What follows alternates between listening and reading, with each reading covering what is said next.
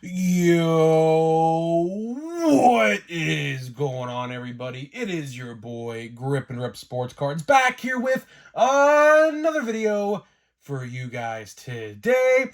And in this video, we're going to be talking about the top 10 most valuable in 2023 Bowman Chrome. That is right, guys. One of my favorite videos every year to do is back yet again. So before we get into that, thank you guys so much for joining me on this video today. Can we get a minimum of 100 likes minimum on this video? As that is the best way you can help me grow this channel is by hitting that like button. And speaking of growing the channel, we are doing a giveaway. We are giving away hobby packs of Series 2. All you got to do to enter is be publicly subscribed, like this video, turn on the post notifications for all the content on the channel, and last but not least, leave a comment who your all-star representatives were on your favorite team, and I will pick the winner once we hit 7,000 subscribers. So there is that. So, and of course, channel of the month, Sports Card Ripping Teacher, of course, is the channel of the month. So go give him a subscribe. Link is in the description for his channel in my description. If you want to win channel of the month, all you got to do is, if you make sports card videos, let me know what kind of videos you make for sports cards, and when October 1st rolls around, we will pick a new winner for the month of October. So there's that. So let's get into it. Bowman Chrome. So this set was interesting, right? This set was interesting because, admittedly, I will be the first to admit to you, I have very little knowledge of these guys on this list. And from help of some subscribers, there is not a lot of star power in this set. There is luckily 5. So how I did this list is, luckily, like I said, there were 5 good ones. And then what I did was the last 5, so numbers 6, or I should say 10, 9, 8, 7, 6, are all rookies that you can find rookie card logos on. And then the top 5 are the prospects. So if you want to skip to the prospects, be my guest. But we're going to go through the whole list. So like I said, the first half of the list, which is the bottom half, is the rookies, which they'll surprise you. There's some new ones on this list. You'll wonder what I'm talking about here in a minute. I'll let you know what. And then the top half of the list is the prospects. Because, of course, Bowman Chrome has everything to do with prospects and things like that, so it only makes sense for the prospects to be on the top of the list rather than the bottom of the list. So yeah. And no, I didn't put any Hall of Famer firsts in this list. I was sure a lot of you guys wondering that as well. Of course, there's rookie cards of Clemente and things like that in this set as well. No, they did not make the cut because it's a novelty. It really shouldn't exist, but, you know, they're playing it off as if they're like firsts. It is what it is. So, all right, let's get to number 10. Like I said, this first half is the rookie portion of the checklist. So number 10, we're going to San Francisco. And number 10, we're going to Patrick Bailey. That is right, guys. Patrick Bailey's first ever rookie card is in Bowman Chrome. So let's go over his stats. So he is batting .248 with 7 homers, 45 RBIs, and a .699 OPS. For a switch hitting catcher, you can't get much better than that. I mean, catching and hitting at a premium level in the major leagues, as well as being a switch hitter all at the same time, is very rare to come by. I mean, my Pirates team, Endy Rodriguez, is very similar to Patrick Bailey. Of course, Endy just got called up in July, so he will have rookie cards next year. So, of course, I'll be PCing those guys. But Patrick Bailey, man, you can't go wrong with him. Again, catching and hitting. It's very rare that you see a catcher bat above 200 in today's game. You know, not a lot of catchers bat for average no more. And Patrick Bailey is one of those guys who is, you know, OPS is, you know, 700, essentially, 699, 700. Could be a little higher, but again, you can't really knock a catcher. Very, very good for his position. So he definitely made the list. He deserved to make the list. And it's someone new who made the list because it's his first ever rookie card. And he will be an update in October. So, of course, if you are a Giants fan, you'll have him to collect in October as well with update. So there's number 10. Number 9. This one's going to be a head-scratcher to most of you guys, but let me explain his stats. You'll see why he's on this list. A lot of you guys probably never expected this one to come out of my mouth, but we're going to Colorado. We're going to Nolan Jones. That is right, guys. Nolan Jones, the rookie who has followed me all year round. Now, what I mean by that, of course, if you guys are not familiar with my channel, I have pulled a lot of Nolan Jones autos and relics and even like box toppers. Like, where is it at right here? Is it right here? No, it's not. I have a Nolan Jones box topper somewhere around here. But I have basically pulled every Nolan Jones thing you could pull this year. So I'm pretty happy he's actually succeeding. I think he was on the Guardians. The Guardians cut him, and then he, I guess, claimed waivers to the Rockies. So let's see his stats. 277 average, 15 homers, 50 RBIs, and an 865 OPS. Very serviceable. Very, very, very serviceable. As for someone who got DFA'd and then got claimed by another team midway through the season, not a lot of people had their eyes set on Nolan Jones this season. But I'm here to tell you today, you should probably start putting some cards of his away, because if this guy continues to do this, which, I mean, he's young, he definitely can, the Rockies going to have something on their hands here. And I think the Guardians might have, let him go too early. So definitely keep an eye out for him. And look, they're speaking of him. There he is right here. Look, yeah, there he is right here. This guy. Right, this guy. Might as well keep him right there for the video. Why not? So yeah, he's a Rocky now. He's not an Indian no more. Indians may have made a mistake.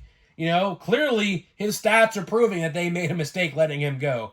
So that's pretty cool. And like I said, I pulled an autograph from his out of Series 1 this year. So it's pretty cool to see him doing well, because at the time he wasn't doing well. But now, full season gone by, and he's actually doing well. So it's really cool to see. So there's that. Number 8.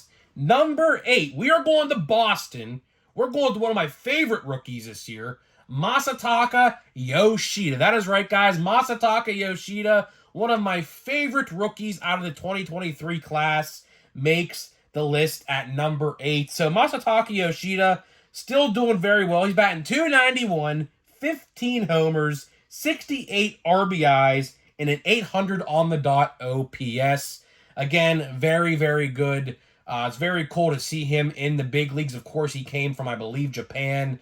He's 30 years old, a 30-year-old rookie, but, he's going to be good while his prime window's open. His peak window for prime expectations, essentially, is here. You can't get much better than that. Boston, I don't think is going to make the playoffs this year. I think they're like literally 500 right now. I think at like 73 and 73. So I don't think they're going to make the playoffs, but needless to say, I mean, Masataka Yoshida is definitely going to be one of those people next year to come back to the Boston Red Sox in hopes to clinch a playoff spot in 2024. There's going to be a lot of good rookies next year, and then, Ceddanne Rafaela, another rookie that's probably going to be in Series 2 next year, I'd have to imagine, or maybe Series 1. They might put him in Series 1, I don't know. But 2024, looking in the distance here to February of 2024, there's going to be a very, very good Series 1. Like, if all these rookie cards are in Series 1 next year, oh boy, Series 1's going to be good. Jason Dominguez, Ceddanne Rafaela, Ellie De La Cruz, Henry Davis, Pete Crow Armstrong, which I can guarantee you they're going to save some of these guys for Series 2, so don't get your hopes up for all these guys to be next year's Series 1, but we'll talk about that when we talk about that next year in February, or probably like in December, realistically, or February or January, when the checklist comes out. So to number 7, we're going to Cincinnati, and no, we're not going to Ellie De La Cruz, unfortunately. We're going to Matt McLain. Arguably the best player, hitter-wise, and overall, I think, on the Reds. Matt McLain gets overshadowed by Spencer Steer, which Spencer Steer's very good as well. He gets overlooked by Ellie De La Cruz, obviously, which Ellie, to be honest with you, is not even doing that well. He has like a 42% strikeout rate, which is obviously not good. But with guys like that, like me, with obviously O'Neal Cruz, speaking of which, he was just the same last year as well. So it's hard to say with those guys. But Matt McLain made the list at number 7. He is batting .290, 16 homers, 50 RBIs, and an 864 OPS. Probably the best player on the Reds overall. He has every tool you could possibly imagine. Of course, he does get overshadowed by Spencer Steer, who's probably the second best power hitter, of course, behind Ellie De La Cruz on that team. I watch a lot of Reds games, of course, being a Pirates fan, so I would know. But still, the Reds have a very good core. The Reds are going to be good. I don't know if they're going to make the playoffs this year. The wild card race is very, very hectic, so I'm not entirely sure if the Reds are going to make a wild card spot this year. But if they don't, they have something to definitely build off of for 2024. They're going to be very good next year. The NL Central next year is going to be a very, very tough division. Pirates are going to be pretty good, hopefully. Reds are going to be good. Cardinals, they're not going to lay down, so they're going to be good. Brewers might regress a little bit. They might lose some guys in free agency and things like that in trades. And then the Cubs are going to be good as well. They're in a wild card spot right now. So the NL Central next year might be a very competitive division because all of our prospects, think of it like this, going on a little side quest here for a minute. Think of this.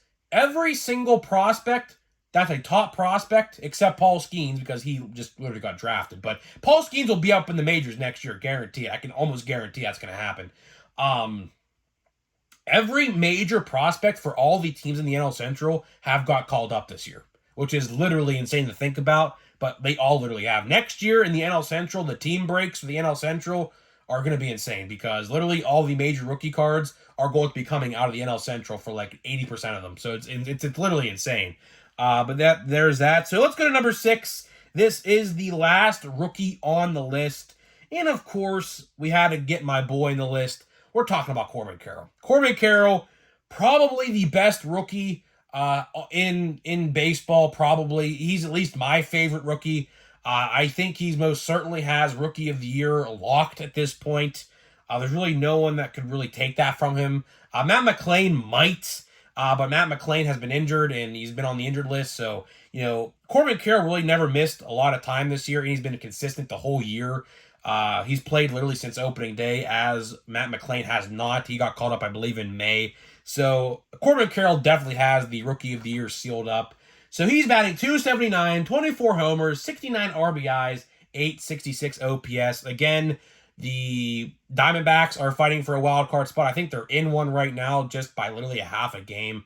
So it's going to be interesting to see how this wild card race ends up in the National League. A lot of teams are fighting for it. The Giants, the Marlins, the Phillies are kind of stifling a little bit right now. The Cubs are just rising to basically the best wild card spot. They might have the wild card spot by the end of the night because the Phillies just lost tonight to the Braves, and the Cubs are losing right now. But if they win, they have the top wild card spot right now. So that's going to be interesting, to say the least. So that's it for the rookie portion.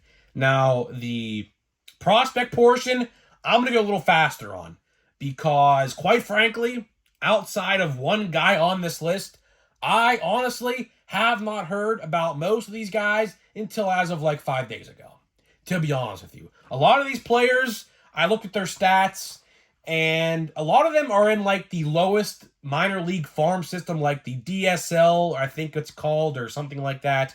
So a lot of these guys are in that area, so they don't really televise those games. So not a lot of people are going to know about these guys, but let's get into it. So number 5 is an interesting one.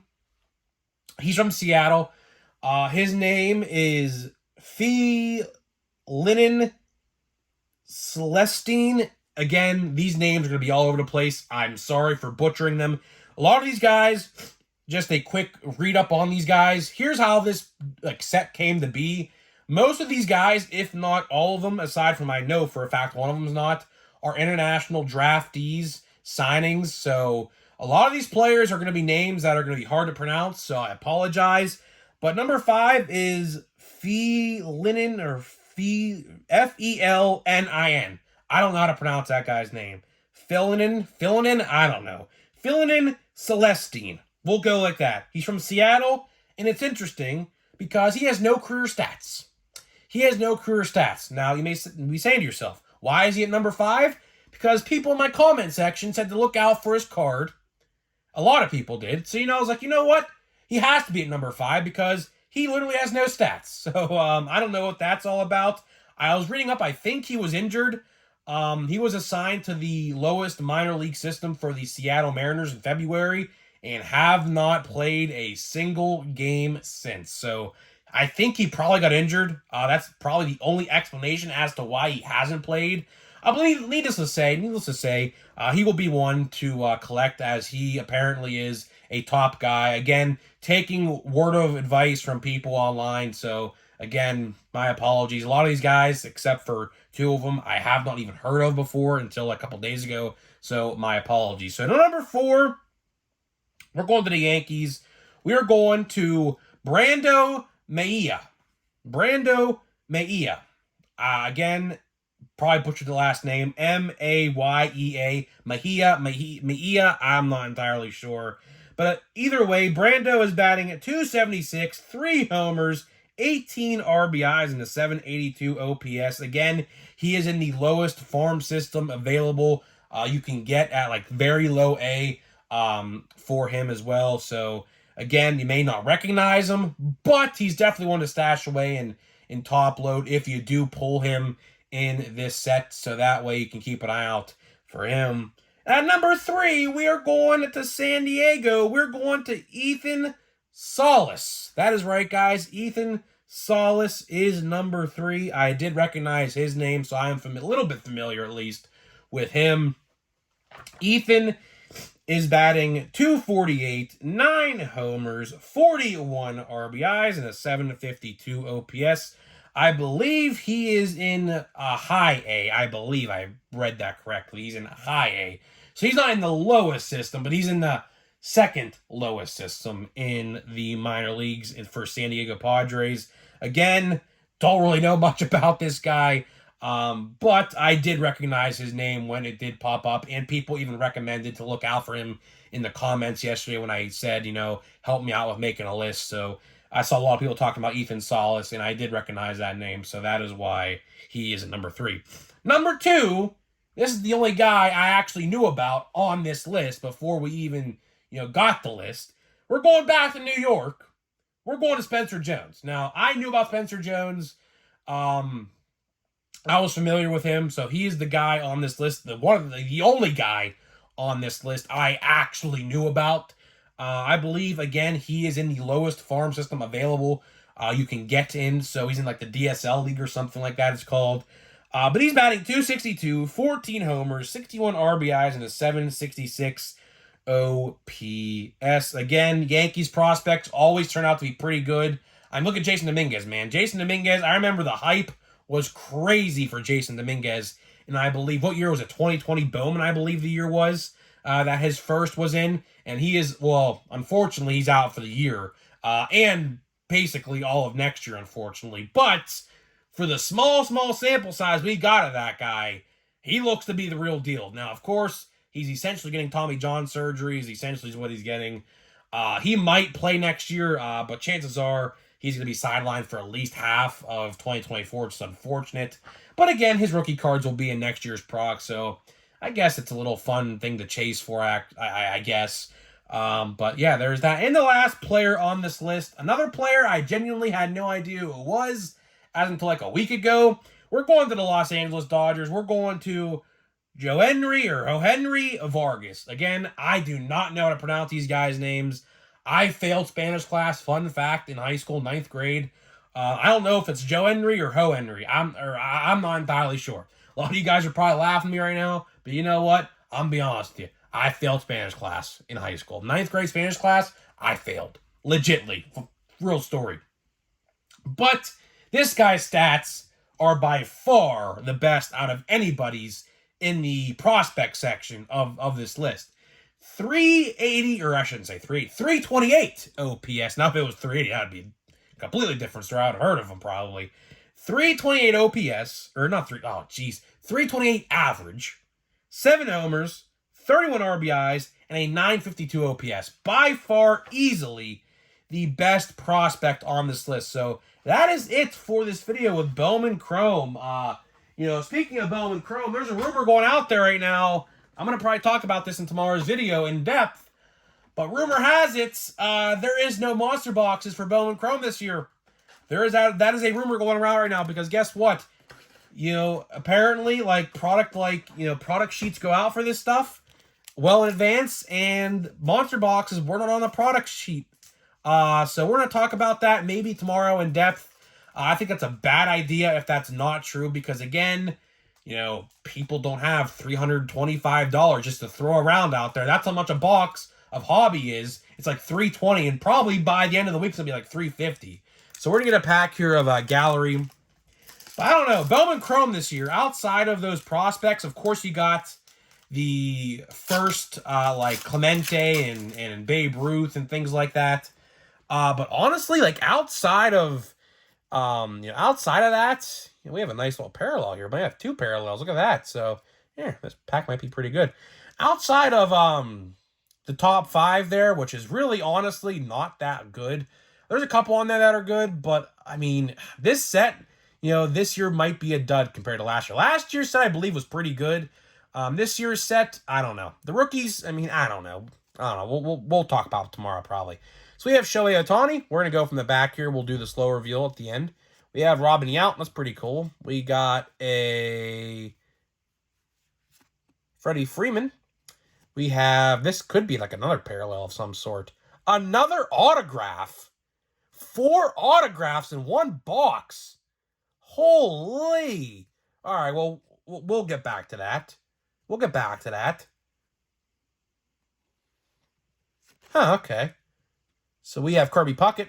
It's got to be numbered. Got to be numbered. Out of 25, that's actually really cool. I'm going to probably have to top load that one. But that's not the story here, folks. We got a 4th autograph. And if you don't believe me, I'll set this right here before I show you. There's a rookie card logo on that too. I just saw. I have these sleeved up. Look at this. Autograph number 1. Autograph number 2. Autograph number 3. Autograph number 4 in this box. I swear to you guys, if you guys have been watching me, I swear on my freaking life, this is the 4th autograph in this box.